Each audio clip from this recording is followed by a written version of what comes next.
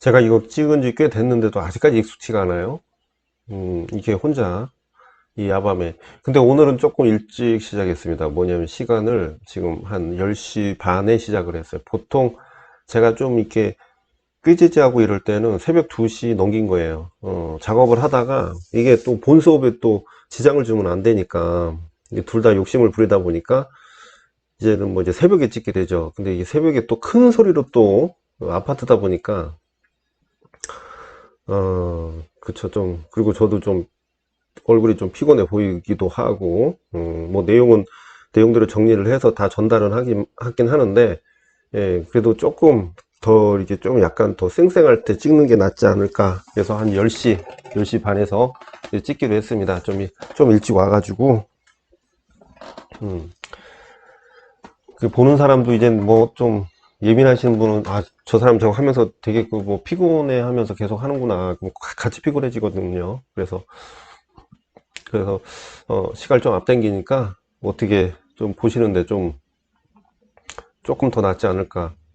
그리고 마이크도 바꿨다고 이게 얘기했는데 뭐 별 얘기가 없어. 이 수강생들도 물어보면 예 뭐 좋아졌어요 뭐 이렇게 얘기를 하고 그러는데, 예, 그냥 영혼 없이 얘기를 해요. 그래서 어떻게 그냥 별 차이가 없나? 나는 이렇게 들어보니까 차이가 좀 많이 있던데, 예, 이렇게 생각이 드는데 그럼 좀 더 좋은 마이크로, 근데 별로 뭐 관심이 없는 것 같기도 하고.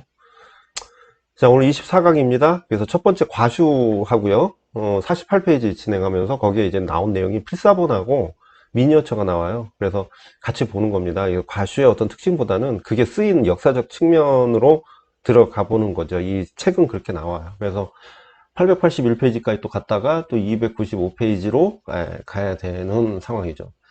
이 화면도 좀 바꿨습니다. 화면도 좀 나름대로 이렇게 그림 그리는 분 이렇게 해가지고 별로 관심 없으시죠. 예. 바로 진행합니다. 과슈 48페이지.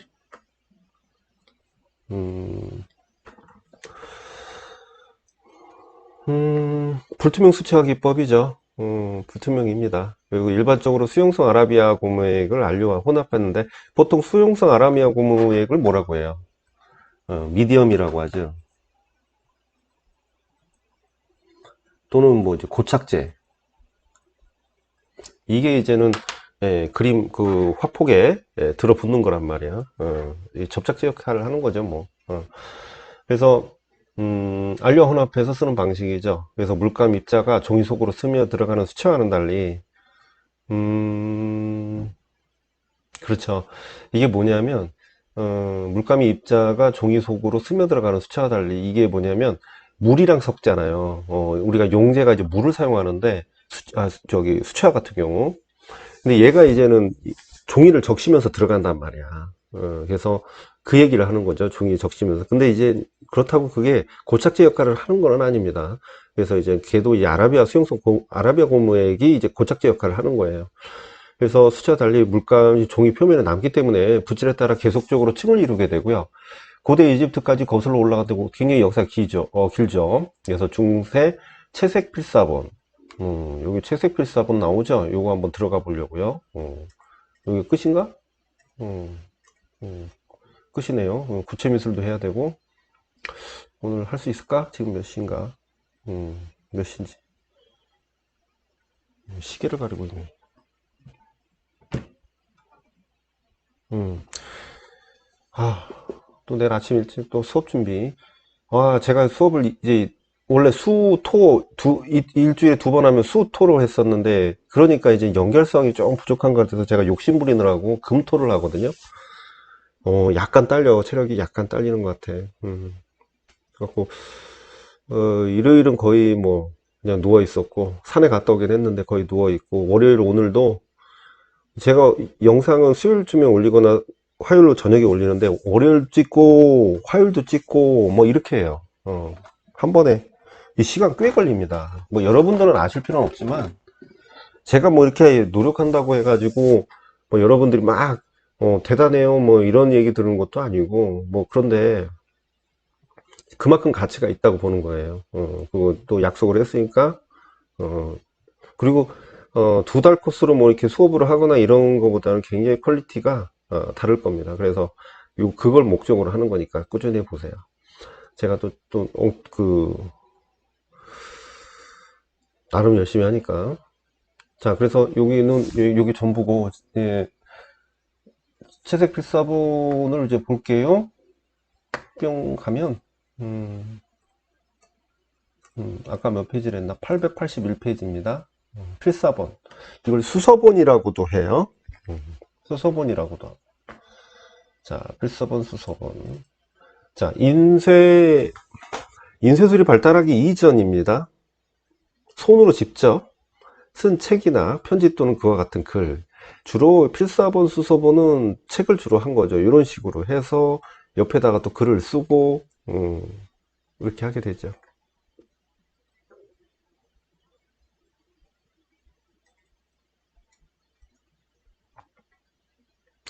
특징과 의미 보시면 어원에 해당하는 라틴어는 그 의미, 손이란 뜻으로 해가지고 그 네 번째 보시면 일반적으로 인쇄술이 발달하기 전에 손으로 써서 책을 말하는데 필사본은 고대 이집트까지 아까 나왔죠. 강가 식문에 파피루스를 엮어 글을 썼던 시기로 거슬러 올라가요. 이후보다 견고하고 보관이 용이한 양이나 송아지 가죽을 재료로 사용을 한 요것도 중요합니다. 코덱스. 예. 코덱스가 있다. 이게 뭐라고? 그 양이나 송아지 가죽을 재료로 해서 거기다가 이제 썼다라는 것이죠. 그래서 코덱스란 본래 나무판을 잇대어 엮은 필기용 서판에서 유래한 용어지만 일반적으로는 낱장으로 구성된 책자 형태의 양피지 묶음을 말해요. 근데 나무판을 잇대어서 그것까지 포함을 하고 있죠. 그래서 성경의 매체로 널리 사용된 코덱스와 달리 4세기경까지 두루마리 형식으로 사용된 양피지 책자는 특별히 루툴루스라고 본다. 루툴루스. 그래서 우리가 이제 뭐 다시 위에서 보시면 성경 매체로 널리 사용된 코덱스와 달리 4세기경까지 두루마리 형식으로 사용된, 이렇게 책으로 묶은 게 아니라 두루마리로 사용된 양피지는 로툴루스라고 한다. 요것도 알고 계셔야겠죠. 그래서 코덱스의 글뿐만 아니라 그림까지 곁들여지면서 채색 필사본, 그래서 미니어처, 그래서 요거 이제 미니어처도 우리가 볼 거예요. 그래서 채색 필사 미니어처가 이제 성행하게 되었는데, 필사본 제작은 중세 수도원의 중요한 가업 중 하나다. 그래서 수사들은 재능과 임무에 따라 가죽 작업, 글씨 쓰기, 그리고 그림 그리기 등의 일을 분담해서 하나의 코덱스를 완성하는 것이 이제 특징이었는데, 필사본 제작은 중세 초기는 5세기부터 11세기 비교적 큰 변화가 없었다. 그래서 12세기 급격하게 성장하면서 15세기 체육고조에 이르는데, 인쇄 작업이 이제 판화나 이런 게 발달하고서는 점점 없어지죠. 그래서 그런 작품들 나오고, 예, 요걸로 정리하시면 되고요. 그 다음에 아까 미니어처 나왔었죠? 한번 뭔지 봅시다. 그래서 295페이지 미니어처 세밀화. 그래서 중세 필사본의 뭐라고 해요? 아까 필사본 했는데 장식화라고 하죠. 그래서 미니어처라는 말은 붉은색 체크하세요. 붉은색 염료를 의미하는 라틴어의 그 미늄에서 유래했는데, 중세에서 붉은색으로 필사본의 가장자리나 텍스트의 첫 글자를 장식하였기 때문에, 그래서 여기서 보시면 텍스트나 첫 글자를 장식했기 때문에 채색 필사본의 그림을 미니어처라고 한다. 그래서 요거 충분히 거론될 수 있어요. 아무래도 제가 이거 하다 보니까 적어도 한 두어 문제는 여기서 건질 수 있을 것 같아요. 뭐 잘하면 세 문제까지 연결해서.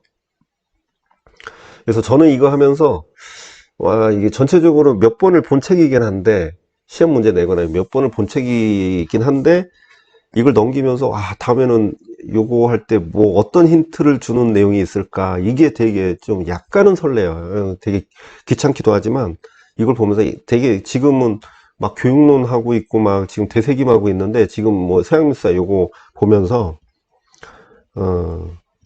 여러분들도 좀 그런 데서 여기서 건질 게 뭐 있나 하고 그냥 좀 유심히 봤으면 좋겠어요. 그래서 고대와 달리 중세에는 필사본 그림을 그리기 위해서 수채나 그 템페라 기법을 주로 사용했는데, 아까 이제 과슈했었죠. 이제 과슈로 이제 사용했다라는 게 나오고요. 금박 배경은 오토왕조 이후에 나타나고요. 필사가는 텍스트만 쓰는 것이 아니라 그림 그리는 그 책사의 역할도 함께 했대요. 가장 오래된 그 미니어처는 기원전 2000년경의 이집트 그 파피루스 코덱스인의 그 사자 의서에서 발견되고 고대 그리스에 이어진 미니어처 전통은 4세기부터 낱장으로 묶은 코덱스 나오죠. 아까 코덱스 봤죠? 형식으로 바뀌게 된다. 그래서 코덱스는 구조상 텍스트와 그림이 분리가 가능했기 때문에 텍스트의 규격에 따라 그림도 사각형의 고유의 프레임을 갖게 되죠. 그래서 6세기 이후 필사본 미니어처는 고대로부터 중세로 변화를 보여주는데 동물과 식물의 모티브가 주를 이뤄요. 그래서 6세기 이후에는 동물과 식물의 모티브, 그래서 우리가 고대로부터 중세로의 변화는 결국 우리가 그러니까 도식화가 이루어진다고 볼 수가 있어요. 그러면서 동물과 식물의 모티브가 계속 반복적으로 나타나죠. 그것은 장식적 경향을 강하게 발달하는 것이 특징인데, 우리가 그 아르누보를 생각을 하면 아르누보가 장식이잖아요. 새로운 문양이잖아. 근데 이제 아르누보는 식물의 모티브로 해서 대칭적이지 않다라고 하는데, 그 전에 미술공예 운동에서는 과거의 중세의 장식을 갖고 왔단 말이에요. 그래서 과거의 절충적인 양식이라고 하는데, 얘네들 자세히 보시면 그 부분이 우리가 미술공예 운동과 아르누보는 전부 장식을 위한 거였는데, 거기서 갖고 온 것이 벽지 패턴 이런 것들이 동물하고 식물이에요. 여기서도 동물하고 식물 모티브가 나오잖아. 이때 대칭적이면서 이것을 가지고 어떻게 해요?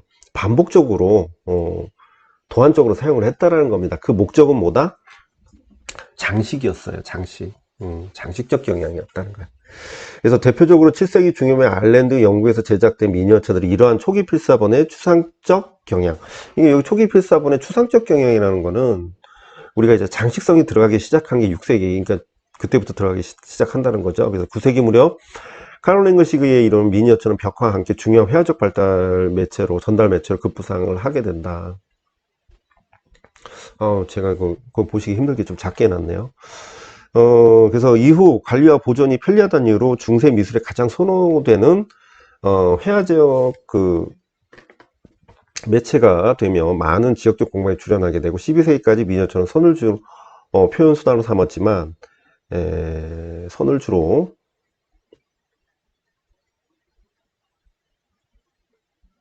표현 수단으로 삼았지만 13세기 중엽 파리를 중심으로 시작된 고딕 양식의 미니어처는 자연스러운 인물 표현이 나타난다. 그것은 뭐냐면, 우리가 중세에서 보시면 어쨌든 중세에서는 암흑기라고 하잖아요. 그래서 이 회화 자체가 어떻게 해요? 되게 르네상스의 고전적인 이상적 사실주의에서 완전히 벗어나죠. 그래서 인체를 특히 타락의 요소로 보여요. 인체 자체를.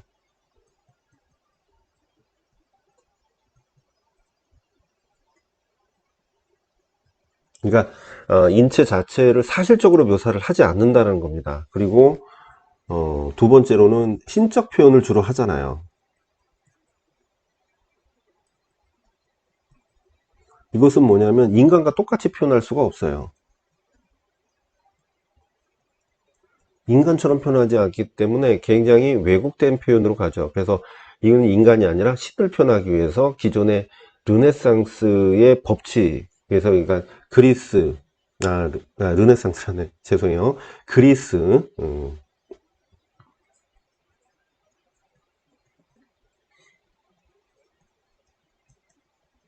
그리스 법칙을 다 저버리게 되죠.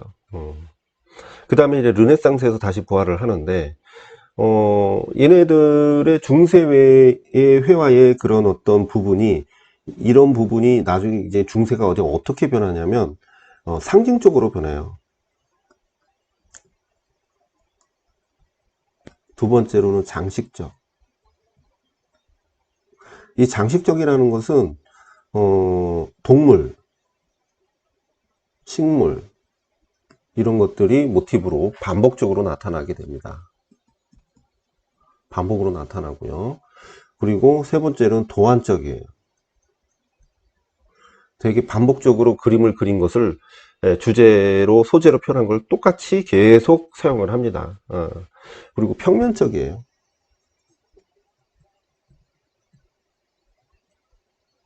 평면적이다. 그러니까 입체감 있지 않게 표현하죠. 입체감 있지 않게 표현해요. 그러다 보니까 7, 8이 좀 작군. 고딕으로 가서는, 중세 고딕으로 가서는 입체감이 생기기 시작해요. 그래서 금속 공예가 금속 공예가 발달을 하게 되죠. 금속 공예가 발달을 하게 되면서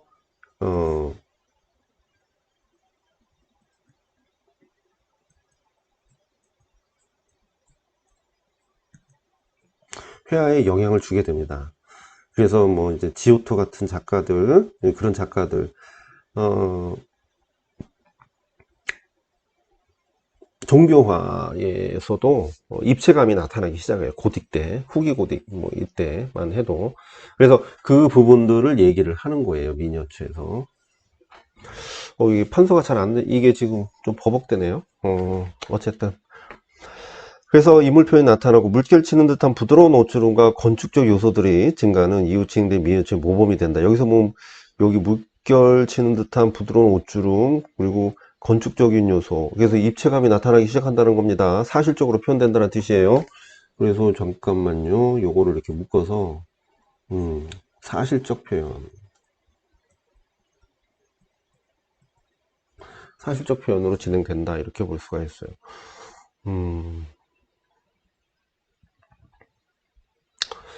자, 그 다음에 13세기부터는, 부터 발달하는 시장경제 도시화가 발달은 수도내 국한된 예술품 제작의 일대 전환을 가져온대. 그래서 시도서, 에 대한 수요의 증가와 필사본에 대한 개인적 관심 고조는 미니어처 양적 질적 부흥을 일으켰대요.